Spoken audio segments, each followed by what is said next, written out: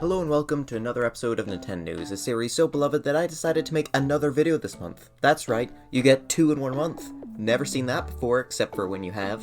Fair amount to go over, you know the drill, let's just get into it. Pikmin 4 has finally released and is amazing.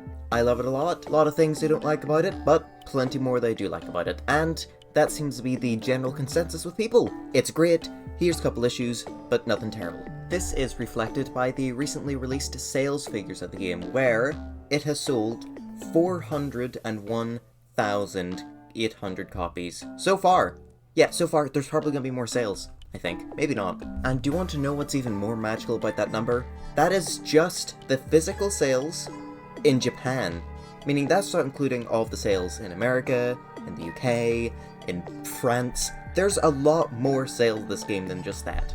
I am really happy to see this, and you bet your sweet bippy that Miyamoto is as well. For such a long time he's wanted the series to do well, he wanted it to be the next Mario for God's sake, and well, it's definitely nowhere near close to being the next Mario, but Pikmin 4 outsold Breath of the Wild 2.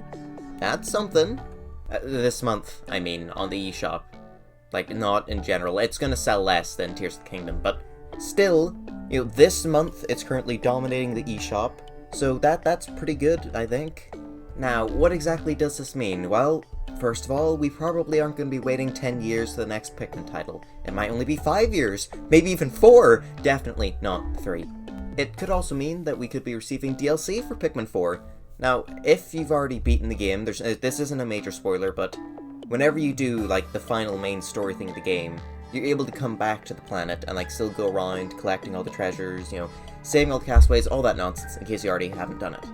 This means that it would be really easy for Nintendo to have a DLC where it's like, oh hey, this is a new area, you know, here's 10 new captains to save, 5 of which are the Dandori challenge ones, 5 of them being in these 5 super hard caves or something.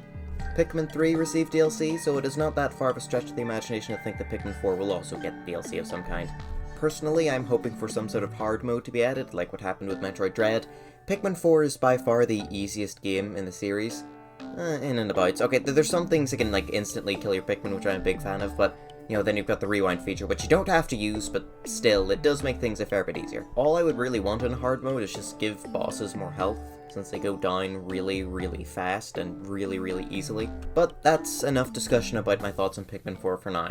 I might make a video at some point talking about my general thoughts, not a full-on review, but just general things I think about the game, but probably won't. Can't really be bothered. Let's talk about Zelda fans. Yes, those disgusting little creatures who already got a ginormous new game are getting even more games onto the Switch, being Oracle of Ages and Oracle of Seasons. While older than my nan, these are still definitely some fun titles. Give them a try. What isn't fun though is the fact that I can still not play Mario Party 3 on my Nintendo Switch. Yeah, remember when Nintendo announced a bunch of NSO games and we're like, hey, here's all these things coming? We still haven't gotten most of them. They announced a total of 5 games coming to the NSO N64 app, whatever you want to call it, this year.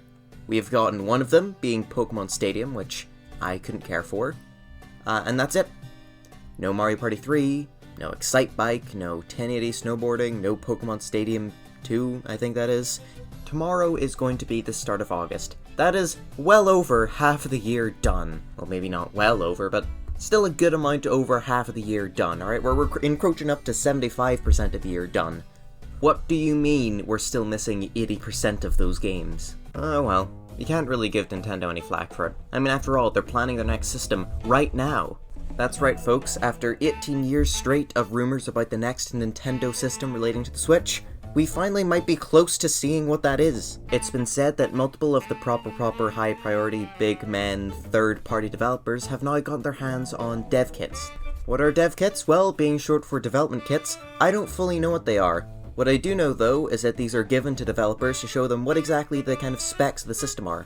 That way, developers can start working on games to put onto this new system before the new system is fully out. But let's be honest here, that doesn't really matter. What matters is that usually, around a year after these things are given out, the new system releases. We are still in the very early days of this, as the development kits were only just given out. So there really isn't anything to report on, as of now, but it's the beginning of something fun. What are my main hopes for the next system? Well, I've got one too many of them, but The most important one is that it is backwards compatible with the Switch. I don't want to have to lug my Switch around anymore. Chuck that in the bin, I want to play the new system. Not everyone shares this wish, however. That's right, the dirty, disgusting, no-good third-party developers hope that the next system is not backwards compatible. Why? Well, then you have to buy Skyrim again. Thanks, Todd Howard. Yes, undeniably, the only reason that the developers hope that the next system is not backwards compatible is entirely because we don't like the idea of people just being able to convert the games they already bought over to the new system. We want them to have to buy the games all over again and give us more money. It's really greedy to think that way, but go off, I guess. You know what? Just to spite them, I really hope that the system also has the ability to take the downloaded games off your Switch and put it onto itself as well. Oh, I also hope that it's like Pikmin carrying across the games. Like remember when they did that with the Wii to Wii U conversion thing? Yeah, bring that back, I really liked it. And that's everything of note. Yep, nothing left to report on. Oh, other than stuff to do with me, but most of you here probably don't care about that, so you can scoot off now. Yes, apologies for this video being a wee bit shorter than some of the previous Nintendnewses. A, there just wasn't that much to talk about. B, what there was to talk about wasn't the most interesting, except for a new model of the Nintendo Switch and a Pikmin game selling well. And most importantly, C, I had some surgery recently on my foot, which means that it's quite uncomfortable to be sitting for long periods of time. Somehow. It makes sense if the surgery's on my ass, but no. So of course this means that it's a wee bit harder to be sitting at the computer desk, editing a video, recording the audio for a video, heck, even getting the video part for a video can be a wee bit more difficult. So, do expect the already slow video production to be even slower. I say, despite uploading 2 videos in 1 month, but honestly, who cares about my physical well-being? Something more important is happening. In case you haven't noticed, because you're very unobservant, or you're just putting this video on in the background while doing something else, that is 3DS footage. Not any 3DS footage, like from an emulator, that is straight from a 3DS. Yes, I have purchased a 3DS capture card. Yippee. While not the cheapest of things, I am most overjoyed to have it now, as it means that I can play DS and 3DS games on a proper system.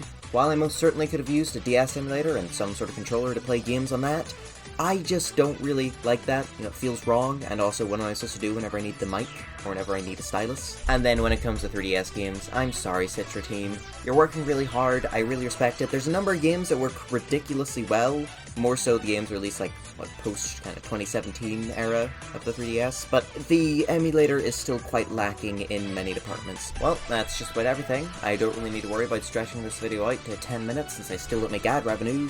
Also, I'm not sure if that's how ad revenue works anymore, what with the shorts and whatnot, so, yeah, that's the end of this one.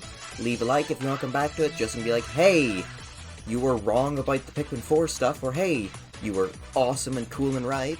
Comment down below what you thought of the news stories. Are you excited to see the future Pikmin now that a game has actually sold well? Are you excited to play through the funny 2 Zelda games? Are you excited to see what the next Switch system will be? Please, I beg of you, still be a hybrid. And most importantly of all, if you've watched a couple of my videos at this point, please do consider subscribing.